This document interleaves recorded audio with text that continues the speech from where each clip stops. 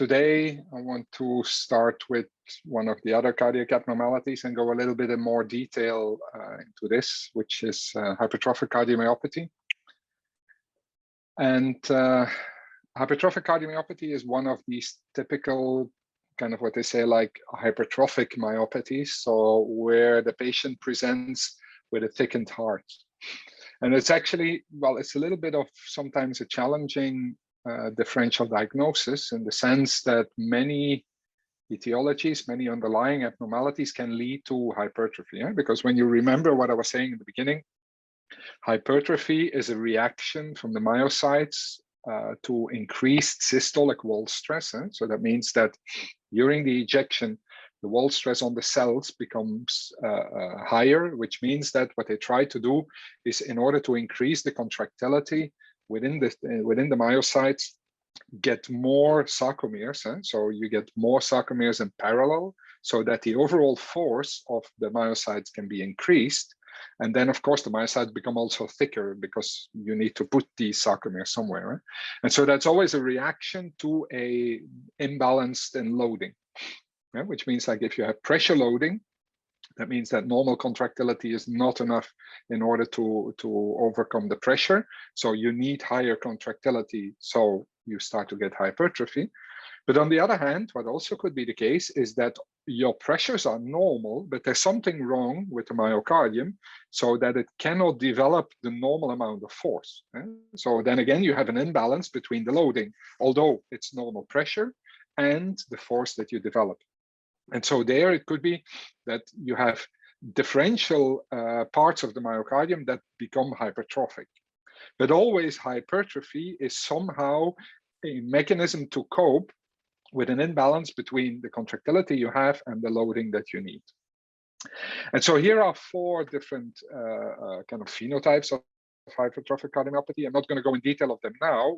Today we will focus on hypertrophic cardiomyopathy. But so you can have all these that some can be genetic, some can be like amyloid deposition disease, which again also can have some genetic basis, but any deposition disease will also lead to, well, first of all, also that the myocytes become bigger because there's deposition, even if you then have the same amount of contractile material. If other material, of course, accumulates in the cell, of course, you get hypertrophy also.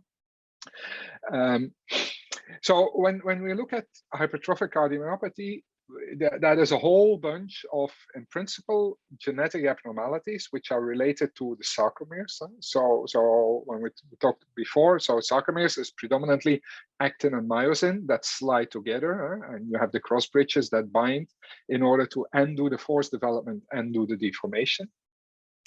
And what you will see is that, of course, since these are relatively complex proteins, there can be mutations in any of these. And you really see that there's some kind of myosin related, there's some actin related. So anything can go wrong. And very often when something goes wrong in these, what happens is that in the end, you have inefficient contractile proteins. That's what it actually comes down to. So it could be inefficient, or of course, if it's more related to how the myocytes are connected to each other, but then often we talk about other genetic abnormalities. But if anything in the contractile protein changes, what you can imagine is that the overall force development and or the amount of deformation that a cell can do will be altered.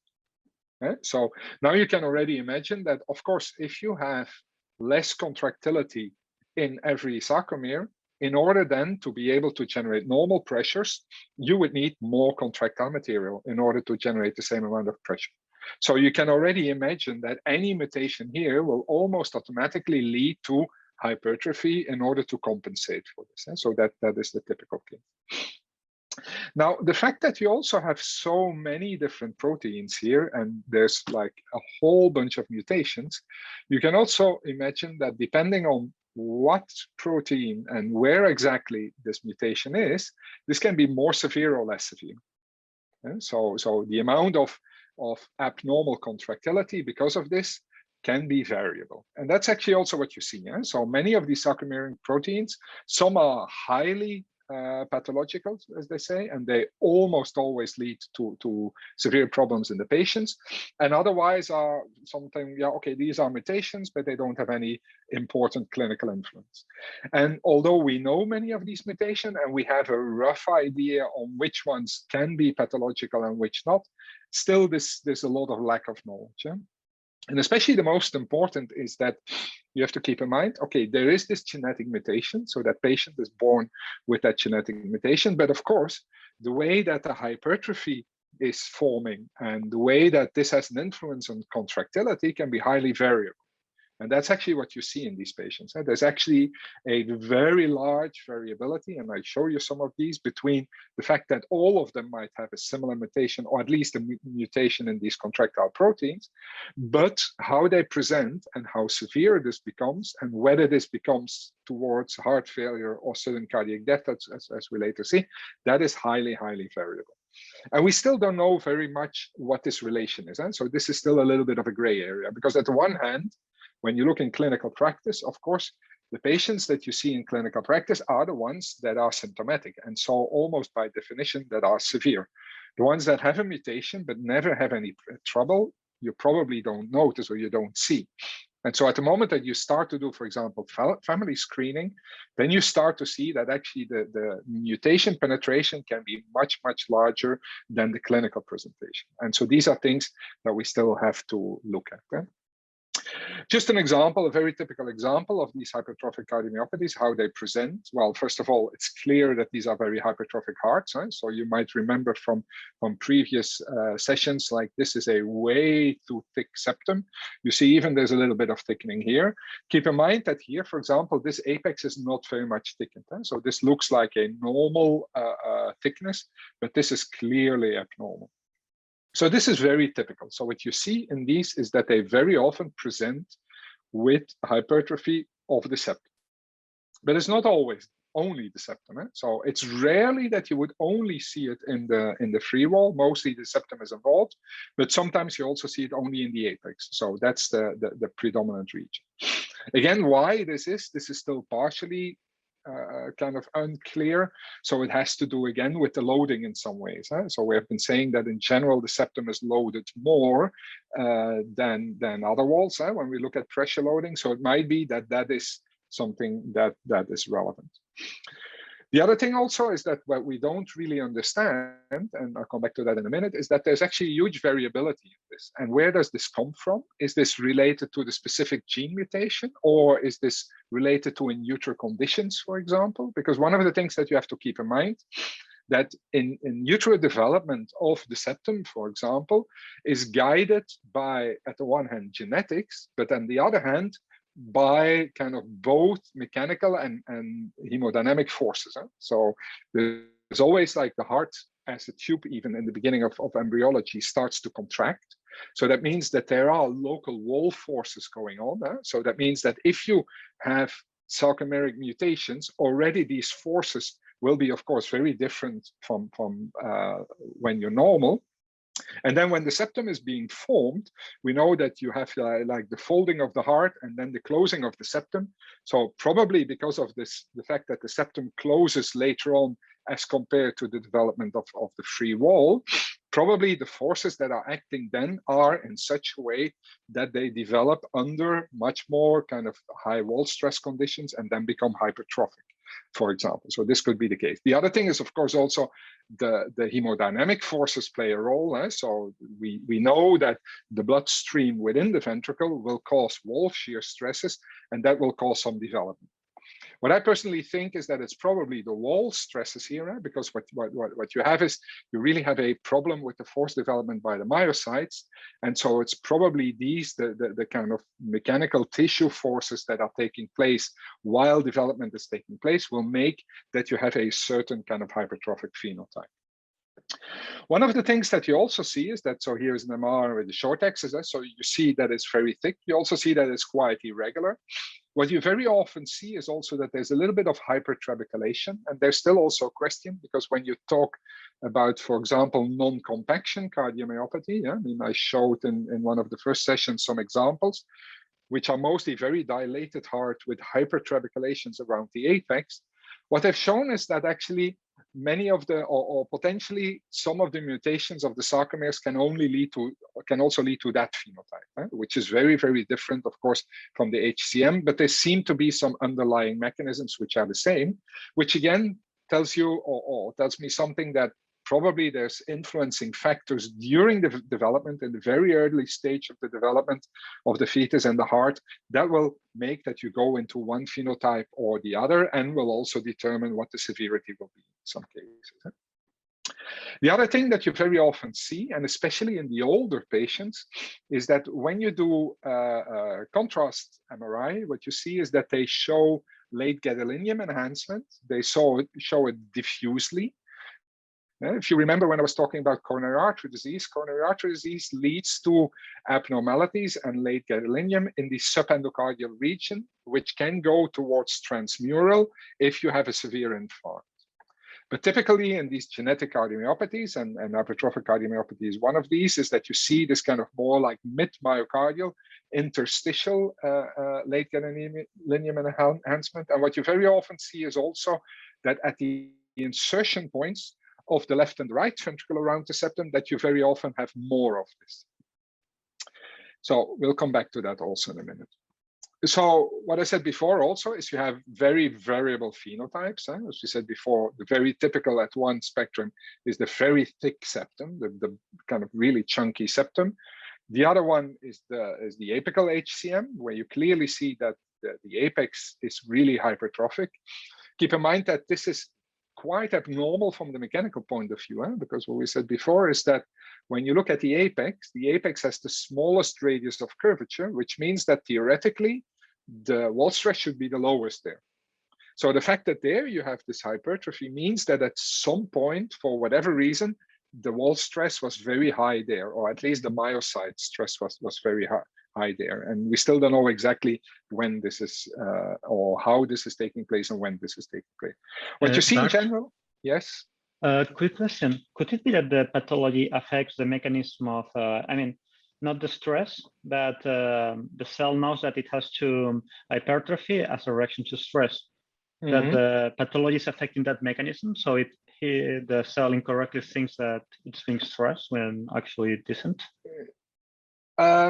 With a sarcomere mutation, I think that's quite unlikely, because in the end, it needs to be growth factors which are being produced, and I'm not aware that the sarcomere proteins would trigger this.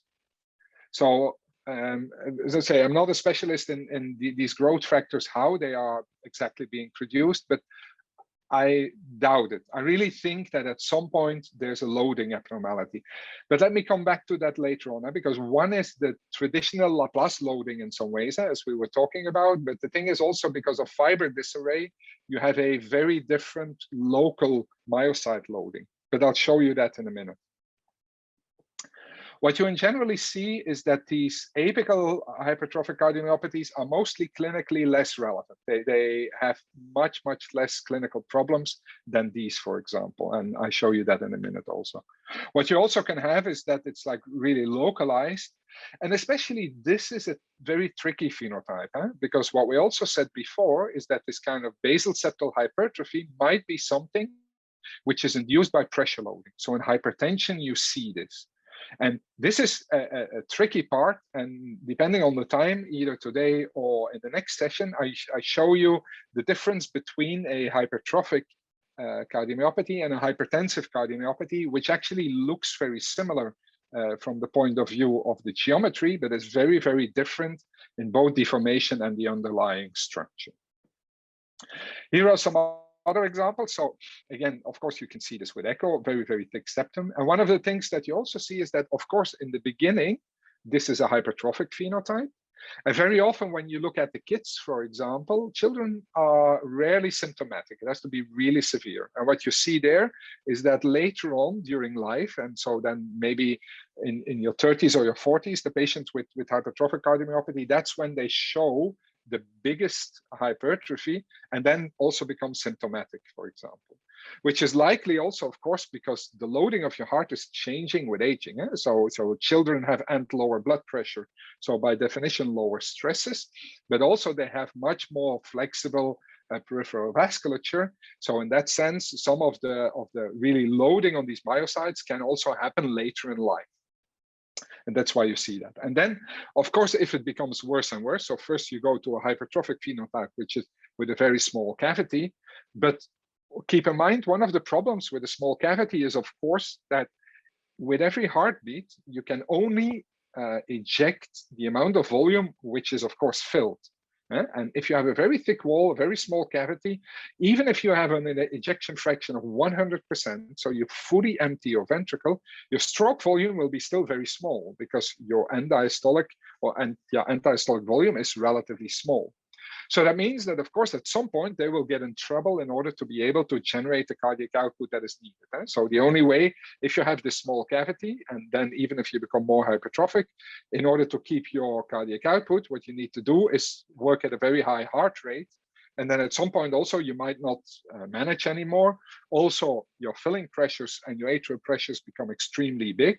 And as we said before also, if you have this very thick wall, you're likely also a little bit restricted. So that means that the elasticity or the overall elasticity of your ventricle is bad. So your early filling becomes bad. And so that means that these hearts don't fill anymore. They don't eject anymore. And then, of course, you have the response towards dilatation. So if you have high filling pressures, as we said before, then you get a response for the myocytes to elongate and then dilate. And so a hypertrophic cardiomyopathy at end stage can become a dilated cardiomyopathy in some ways. And here you see an example of a pathological specimen where you see here, like actually the septum is like totally scarred here. And you see that it's actually also a dilated ventricle. So you see that one mutation in the beginning can cause a whole bunch of phenotypes, which then evolve during life, depending on the conditions. Here you see other example. Well, here is an extreme example of an enormous septum here. One of the things that you see, and that's also very typical for hypertrophic cardiomyopathy, is that the wall can become so thick that it actually becomes an obstruction towards the outflow. And that's what they call like obstructive hypertrophic cardiomyopathies. So you have an outflow tract obstruction. And of course, that will additionally increase the pressure in the ventricle. Because if you have an obstruction, that will create a pressure gradient. So that means that the pressure in the ventricle has to be higher. And again, increasing the wall stress, leading to hypertrophy. And so you get in a vicious circle that can make it worse even. So how can you now look at these hearts and how can you quantify them? How can you phenotype them in some ways? And how do you manage these? Well, the traditional way of looking at it is, of course, the typical phenotype is the hypertrophy. So what you try to do is, okay, measure the thickness of the wall, measure the geometry, but you see, of course, that can already be tricky. So if you in your guidelines say that if it's more than so many centimeters, then it's diagnostic. The question is, where do you measure it? You see all these hearts, they are kind of very asymmetric in some ways. Do you take the biggest, the smallest, the average? That's very difficult to do. And that's where you see then also that quite some engineering research, so image processing research is going towards, okay, let's segment these ventricles and then do some shape analysis in some way. Which, when you start thinking about it, okay, that's the straightforward engineering way. But the question is, does this tell us something? Does this learn us something? Can we use this in some ways? Because keep in mind that this hypertrophy, of course, is caused from the initial problem and has initiated probably in fetal life. So the question is, what is relevant? Is it relevant that it's thick? Is it relevant that it's extended? Or is the shape relevant? All these questions we don't know yet. And when you start thinking about it also, maybe it's not the most important. And I think that's also what you see is the shape analysis haven't added much to the clinical course up to now at this point.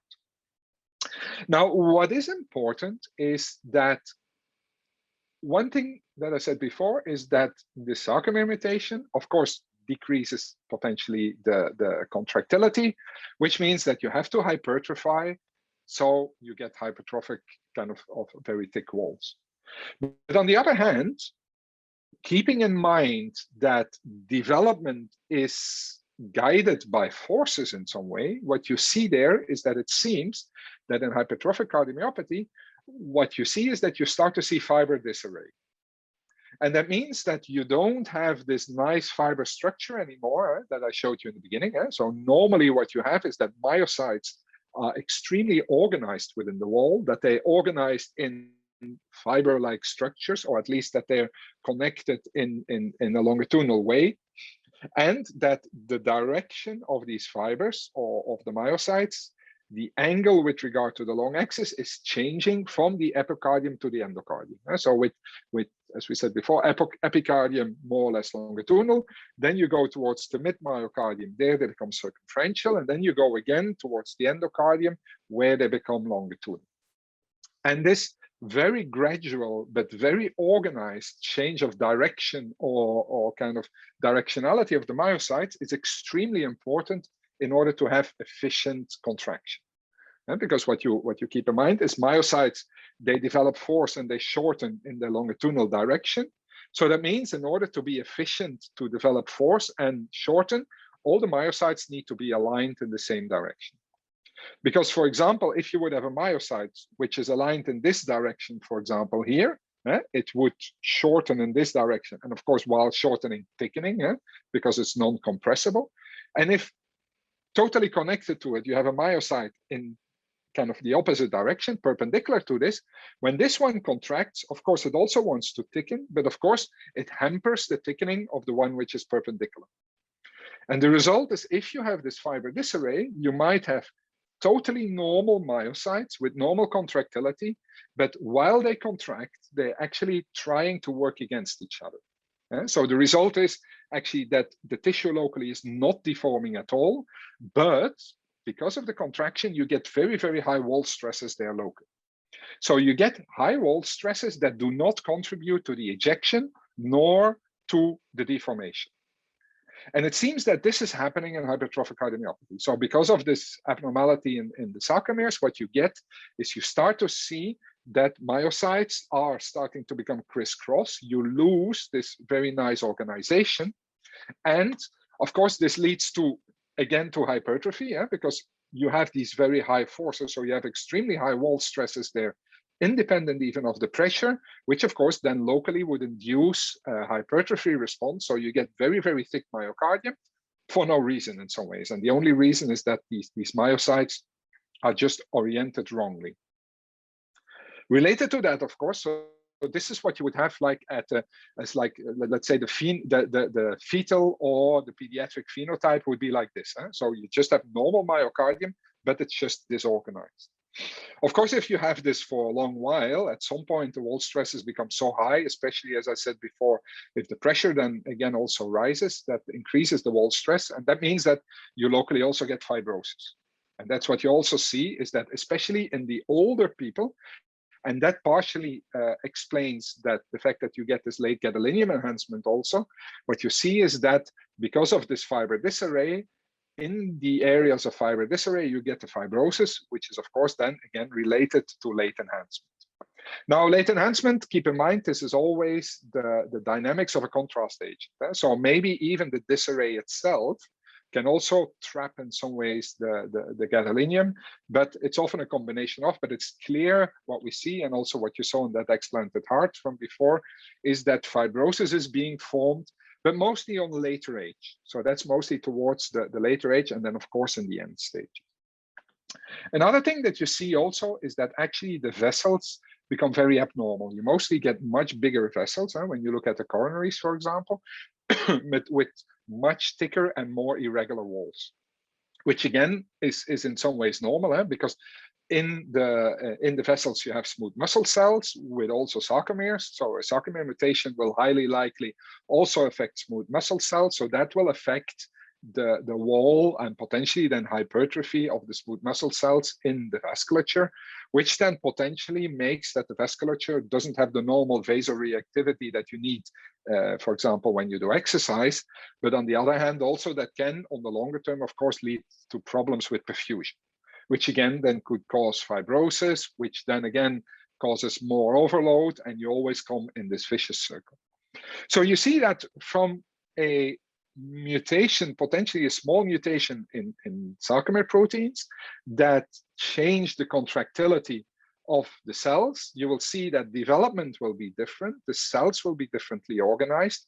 You will start to get hypertrophic responses, both because of the fact that your contractility might be lower than normal, which has to be compensated with hypertrophy, or because of the intrinsic fiber disarray, you get an increased loading and increased wall stress, which then again leads to hypertrophy.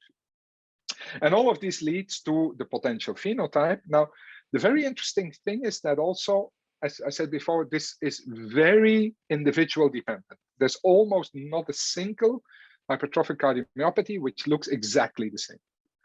All of them have mostly like a thickened septum, but they can be more extended. The localization can be different. The thickness can be different. And then, of course, this relates partially to this fiber disarray. So what you have is that if you have an area of fiber disarray, it will become hypertrophic there. What you likely also see is that even if there's no like normally organized cells next to it, they probably will also hypertrophy because of the fact that, of course, they have to do all the deformation or take all the loading, as opposed to the one where you have fiber disarray. And what you also can imagine if fiber disarray would be too extensive, likely as a fetus, this is not viable. So if your whole myocardium would be disarrayed, there's no way that you can do normal performance. So likely these babies will not be born with super extensive. So what we see is we see always patients with a moderate amount. It can be maybe 30% or something like that of the myocardium, but there is a certain amount. It's never full. So you always have normal myocardium, mostly at the opposite wall, so at the free wall of the left ventricle, and then mostly you have the abnormality in the septum. So here again, you see these a couple of examples, and what we said before, you have this late enhancement, and likely also where you get the insertion of the right and the left ventricle. When you there look at the fiber, so somehow in order to have normal wall stresses there, you have to have a nice kind of transition from the direction of the right ventricle to the direction of the septum. And so, of course, the likelihood of having fiber disarray there, if you had an abnormal development in the septum, is much higher. So likely you will have more fiber disarray there, which would lead again to higher wall stresses locally and then would lead to late enhancement later on. Now, one of the things is, okay, this fiber disarray is of course not only for hypertrophic cardiomyopathy. Hypertrophic cardiomyopathy will lead to fiber disarray. Probably I probably think that it might always lead to fiber disarray. It might be that the fiber disarray is so small that it has no clinical influence, but at the moment that it becomes bigger, it leads to the whole phenotypical expression, as I said before. But of course, there's also other etiologies where you could have this. Some are congenital heart disease, for example, or abnormal trabeculations or things like that. So the thing is, it's not typical for HCM, but HCM would almost always have it, I think. So it's very, very specific for this. Now, partially related to this, and this is also understandable, is because if you have this fiber disarray, and especially also if you have this hypertrophy, what you see is you will also have conduction abnormalities. First of all, the conduction system theoretically can be altered, because in the end, your Purkinje cells are also muscle cells. And again, the way that it develops has also to do with both hemodynamics inside the ventricle and, of course, the wall stresses within, because we said before, Purkinje cells are on top of trabeculations, and trabeculations are clearly altered in HCM. But also, of course, the conduction within the tissue, because of the fact that you have this fiber disarray, will also be different, because normally you have conduction in the direction of the myocytes would be faster than cross myocytes. But of course, when you have this kind of fiber disarray, you can think of changes. And there's many changes. Again, none are specific, and also because of the fact that both the fiber disarray and the hypertrophy are highly individually variable, you see a variability of changes in the ECG. Now, when you start to look at how to look at these patients, in the end, it's all related to how bad is it, the underlying, and then the phenotypical expression in some ways. So first of all, of course, family history, and especially history of sudden cardiac death, so of arrhythmias, that is a high risk factor. The more hypertrophy, the more abnormal tissue you have, the more fibrosis you will get at some point, the higher again the chance of conduction abnormalities and both heart failure or sudden cardiac death, so arrhythmias. So obviously this is also a risk factor. Syncopes are related to it. So if you kind of lose consciousness, that can be again related to either an arrhythmia, which is of course potentially predicted for sudden cardiac death, or to the fact that your heart is suddenly failing, especially failing to fill in some ways. So as we said before, this very small cavity, if you need to increase your cardiac output, it might be that you're not able to, and you can become symptomatic, of course. So tachycardias, again, arrhythmias is related to that. Late gadolinium enhancement. Keep in mind that here in this paper, they put fibrosis in brackets. I mean, I'm not fully convinced that late gadolinium enhancement is always fibrosis, but it's clearly that late gadolinium enhancement means that the dynamics of the contrast, the wash out, wash in the tissue has changed. And that has changed because the microstructure has changed, which might be because of fibrosis or because of tissue disarray in some ways also, right? Because with the fiber disarray and especially the altered kind of small vessels, you can already imagine that the gadolinium will be or the dynamics will be different. But anyway, the fact that you get it, that you have it accumulated, is just showing that there's a lot of abnormalities, and obviously the more abnormalities, the higher the chance of later on clinical problems. Now keep in mind that you don't need late gadolinium enhancement to have problems. So because you will see that only in a late stage. And for example, when you look at younger patients, even if they have a lot of fiber disarray, it might be that they do not have gadolinium enhancement at that moment. So again, it's something that if it's present, it might tell you something. If it's absent, probably you can't make any conclusions from it. And then, of course, at the moment that you start to get, for example, aneurysms or kind of dilatation and lower ejection fraction, obviously that's also high risk. Now, when you look at this, none of this is actually trying to assess what was intrinsically the problem. How did the sarcomere mutation translate in a different structure?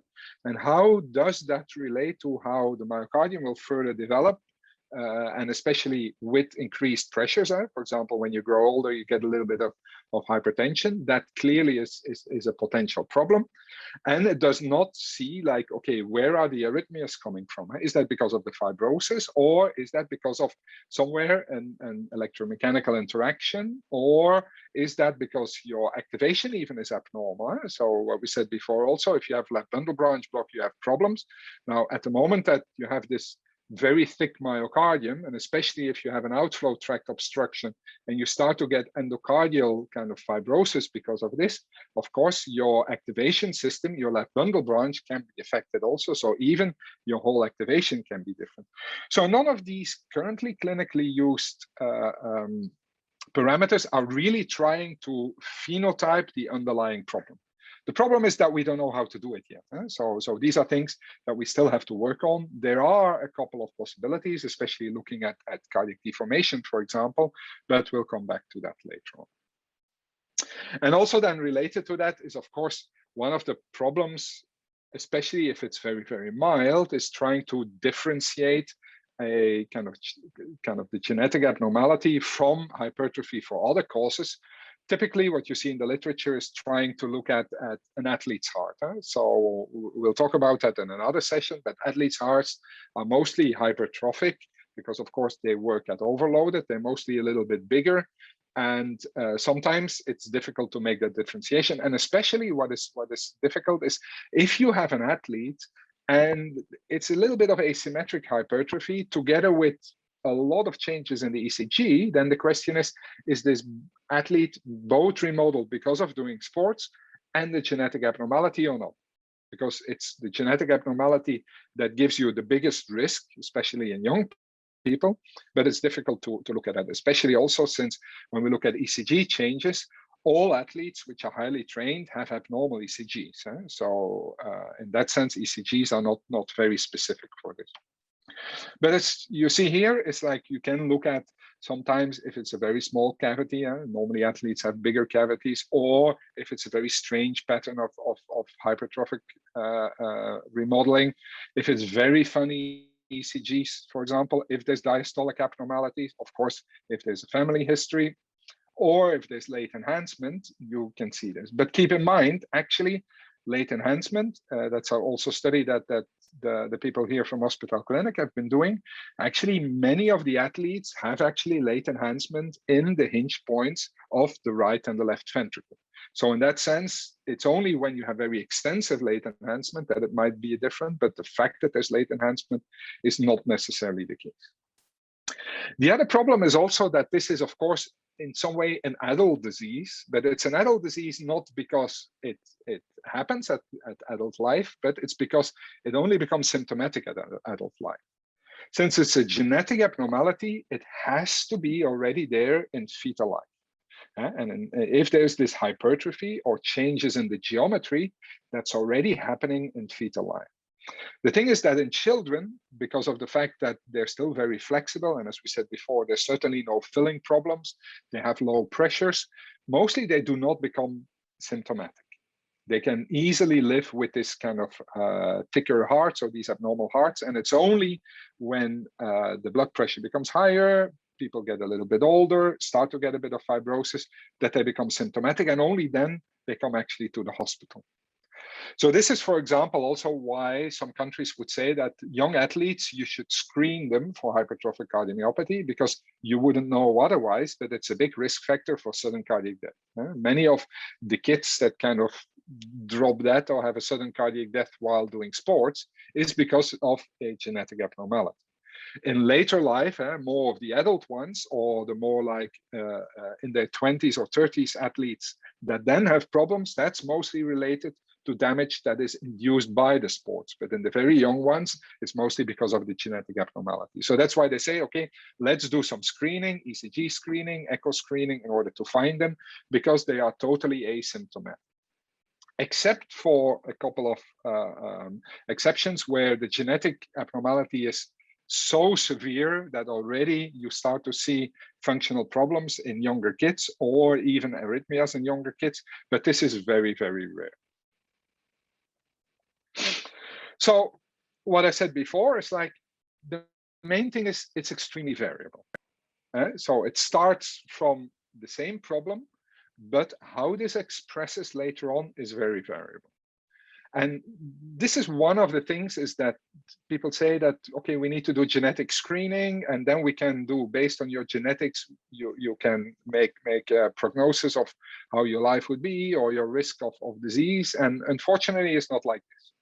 What happens is that you might have a mutation, and it might be or not that this becomes a phenotype which is very abnormal. For example, if you would have a Sarcomere mutation, but during fetal development, you do not have a lot of fiber disarray, then even if you later on have less contractility, you might be a little bit hypertrophic, you might have a little bit of exercise intolerance, but you would never have problems of arrhythmias or heart failure. Well, on the other hand, some with exactly the same mutation in fetal life, they will develop a lot of this fiber disarray, and of course they are at extreme risk. So what we are lacking currently is tools in which we can recognize these phenotypes, which are the phenotypes that will lead to potential problems. And of course, we have zero understanding on what are the fetal conditions, for example, that would induce this. Why is a certain baby born with a lot of disarray and other ones not? So this is still open questions. And then, of course, you can look at all these things. If you're positive, but you have no phenotypical presentation, likely you will never have any problems. If you don't have any symptoms, mostly that's still okay. So it's just a matter of knowing. One of the things is, as I said before, when you start to develop this obstruction, then the chance of getting symptoms, and especially on longer term getting symptoms, is much, much higher. Of course, if you have a higher risk of sudden cardiac death, you need to do something. So you can do this, for example, in an exercise test of somebody that had a syncope or something like that. Of course, the fact that these hearts, because they're so thick and because they fiber disarray, they do not store during systole this elastic force that is needed for early filling, and they are very stiff when you have atrial contraction. That means that they very quickly will develop elevated pressure, so elevated atrial pressure, in order to fill enough, in order to get your cardiac output that is needed. Of course, as we said before, elevated atrial pressures will lead to atrial dilatation, higher atrial stress, and of course, a higher risk of atrial fibrillation. And again, potentially, there might be some fiber disarray in the atria. I don't know too much about this, but you might imagine that, of course, atrial myocytes are also affected. And again, your chance of atrial fibrillation is higher, of course, related to the stroke risk. And this might then also lead to, as we said, to heart failure. You might get both heart failure with a small cavity. Very often, then you would have what they say like a HFpEF, so heart failure with preserved ejection fraction. Or at end stage, you will dilate more and more. And of course, then you start to get a reduction of the ejection fraction, which also already tells you that this heart failure based on ejection fraction is, of course, something which is very arbitrary, because you have heart failure for the same reason. The only thing is you are at different stages of remodeling. So I think it's quite important to try to understand what the underlying problem is, because that's sometimes what you need to try to look at. Okay, I think that's enough for today. Next time we can go a little bit further towards the deformation patterns and how the fiber disarray will lead to deformation. But I think the most important now is to know, like, look, initially there's a mutation of sarcomeres, which by definition will change potentially the contractility, which changes then the way that the myocardium is developing, because that is partially based on the forces, which also leads to the hypertrophy, which then leads to the geometrical alterations with or without the amount of fiber disarray that can become fibrotic, which then would lead to also small cavities, lower stroke volume, problems with cardiac output, leading to heart failure later on when it remodels. So it's really a small mutation in brackets that can lead to a variable degree of abnormalities, which then leads to symptoms or not. And currently in clinical practice, what we look is at this phenotype, but I think we need to try to be more specific towards what is the underlying etiology that is causing the problem and how is that related to the genotype. But these are still open questions. Any questions? Hi, Bart. Very interesting. I realized that in all your images and videos, the right ventricle seems not to be affected, no? I guess it's because the low pressure of the right ventricle that it's not usually affected. No? Yeah, or the right ventricle could be affected. Yeah, the right ventricle is rarely affected, but keep in mind, of course, when you have this enormous septum, that mostly also affects right ventricular function. So because the septum plays a role in the right ventricle also, so mostly you also will have right ventricular filling abnormalities, but this is predominantly a left ventricular problem indeed, yes. Yeah, it would be nice to see also in the fetus, you see, because in fetal life, that's not the case, no? That the pressures are equal or even higher in the right ventricle, and we don't know. Okay. Exactly. The pressures are higher, but keep in mind that the pressures are never enormous. So this is the thing, is like, I think what is interesting is try to understand indeed where the differential abnormality becomes. But the other thing is also maybe even in fetal life. So that's the thing, is if we can study genotype positive fetuses, that would be extremely interesting, because it could be that they have right ventricular hypertrophy to start with, but then later on, of course, once they're born and the pressures are low, then the heart will grow and the hypertrophy will go away. So in that sense, that doesn't say anything about the fetal part, but it's clear that this septum in the fetal stage plays a very important role, and it has to be developed there somehow. So. Okay, great. Thank you. Any other questions? Otherwise, thanks again for listening, and see you next week.